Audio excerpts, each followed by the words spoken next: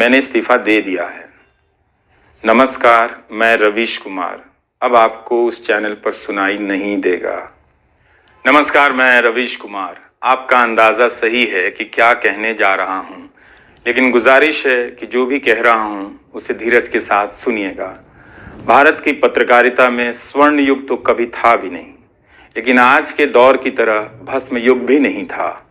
भस्म युग से मेरा मतलब है जहां इस पेशे की हर अच्छी बात तेज गति से भस्म की जा रही हो। यह दिन भी आना ही था। इस देश में अलग अलग नाम वाले अनेक चैनल हो गए हैं, मगर सब हैं तो गोदी मीडिया ही। उसका परिवेश, उसका इकोसिस्टम, पत्रकारिता का और माहौल सब खत्म कर दिया गया है, मगर पत्रकारिता करने और कराने का दावा भी सब कर रहे हैं। खासकर वो भी कर रहे हैं जो उसी सत्ता का हिस्सा माने जाते हैं, उसी के रूप में देखे जाते हैं, जिसकी ताकत से हर दिन पत्रकारिता इस देश में कुचली जा रही है। जब वो कहे कि वो उच्च स्तरीय पत्रकारिता करना चाहता है, तब ऐसा दावा करने वालों को जरा संदेह की निगाह से देखिए। गोदी मीडिया और सरकार भी पत्रकारिता का अपना मतलब आपके ऊपर थोपना चाहती है। अगर इसका मतलब किसी भी रूप में वही है, तब आप एक बार फिर से झांसे में आने वाले हैं। इस वक्त अपने संस्थान को लेकर कुछ खास नहीं कहना चाहता, क्योंकि भावुकता में आप तटस्थ नहीं होते, ऑब्जेक्टिव नहीं हो सकते हैं। एनडीटीवी में 26-27 साल गुजारे हैं। इतनी लंबी यात्रा के अपने उतार चढ़ाव भी हैं। अनेक साथी, वरिष्ठ, कनिष्ठ सब शामिल हैं। कितने लोगों ने साथ दिया है। इन अनुभवों के बारे में कभी भी वस्तुनिष्ठ तरीके से नहीं बोला जा सकता, और आज के दिन तो बिल्कुल नहीं, क्योंकि कई बार तथ्यों के साथ भावनाएं मिल जाती हैं और भावनाओं के तूफान में बहुत सारे तथ्य छूट जाते हैं। बेहतर है कि इसे संक्षिप्त ही रहने दिया जाए। पत्रकारिता के पेशे में मर्द ही नहीं, मर्दवादियों का कब्जा है। उनकी आक्रामकता के बीच कई बार दम घुटता था। इतनी आक्रामकता के बीच आप रचनात्मक हो ही नहीं सकते, संवेदनशीलता आ ही नहीं सकती। इस पेशे में तमाम महिला सहयोगियों ने मुझे मर्दों की आक्रामकता से बचा लिया। अगर आप इस पेशे में आ रहे हैं, विद्यार्थी हैं, तो हमेशा अपनी महिला सहयोगियों के साथ सलीके से पेश आइए। उनकी काबिलियत को स्वीकार कीजिए, तारीफ कीजिए। प्राइम टाइम के वक्त अक्सर कहा करता था, मुझे काम करने दो। 9 तो 9 बजे ही बजते हैं।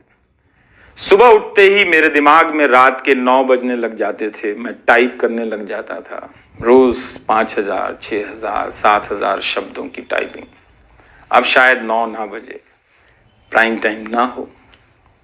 मुझे पता नहीं था, पता नहीं है कि अब 9 बजे क्या करूंगा। मुझे टीवी से बहुत प्यार है। इस माध्यम से दिल लग गया था। शायद इसी वजह से दिल टूट रहा है। वो लाल माइक याद आता रहेगा। अब वो लाल माइक नहीं होगा। मैं जानता हूं कि आप दर्शकों की आदतों में मैं शामिल हो गया हूं। आप काफ़ी तकलीफ में थे कि मेरा क्या होगा, मैं क्या करूंगा, मैं प्राइम टाइम क्यों नहीं कर रहा हूं। मुझे लगा कि चुपचाप किनारे हो जाना चाहिए। धीरे धीरे मेरे नहीं होने की आदत आपको डाल देनी चाहिए। इसलिए कई दिनों से प्राइम टाइम नहीं कर रहा था, ताकि आप मुझे कुछ भूल सकें। मगर आप हैं, मानते ही नहीं। हर रात 9 बजे के बाद मैसेज करने लग जाते हैं कि कहाँ हो, बीमार तो नहीं हो, सब ठीक तो है, एनडीटीवी में क्या चल रहा है, आप अच्छे हैं। तो भारत का मीडिया स्पेस बदल चुका है। उन हजारों युवाओं की सोचिए जो पढ़ाई पत्रकारिता की कर रहे हैं, लाखों रुपए लगा रहे हैं, मगर उन्हें काम दलाली का करना पड़ेगा, क्योंकि इसके लिए अब कोई सांस्थानिक जगह नहीं बची है। इसी के बीच जो आने वाले पत्रकार हैं, जो इस वक्त पत्रकार हैं, सभी को जूझना है। कोई घुट रहा है तो कोई इस पेशे को छोड़ रहा है। कई लोग कहते हैं कि नौकरी की मजबूरी के अलावा पत्रकार बनने की कोई दूसरी शर्त नजर नहीं आती, कोई उत्साह नहीं है। यहां तो जस्टिस तक कह रहे हैं कि जमानत देने पर जजों को टारगेट किए जाने का डर लगता है। जब जज को ही डर लगता है, तब फिर इस दौर में यह बोलना भी गुनाह है कि मुझे डर नहीं लगता है। एक डरा हुआ पत्रकार मरा हुआ नागरिक पैदा करता है। इसलिए बोला कीजिए कि हमें डर नहीं लगता है। आप उस देश के नागरिक हैं जिसने नंगे पांव ब्रिटिश साम्राज्य को घुटने पर झुका दिया। कोई कारण नहीं कि मैं आप पर भरोसा ना करूं कि एक दिन आप गोदी मीडिया की इस गुलामी से बाहर आएंगे। आप हमेशा इस गुलामी में नहीं रह सकते। इसकी गुलामी से आपको लड़ना ही पड़ेगा। यह सबकी लड़ाई है। इस लड़ाई के बिना आप दुनिया में सर उठाकर नहीं चल सकते।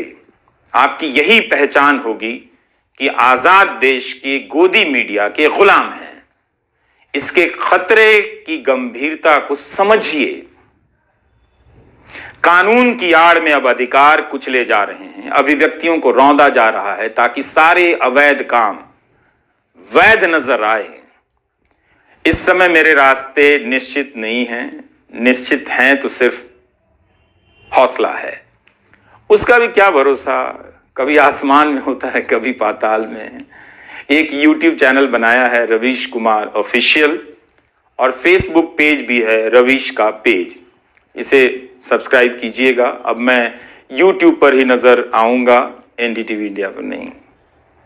किसी संस्था के साथ मर्यादाएं बहुत अलग होती हैं, फ्रीलांस और आज़ाद जीवन की अलग।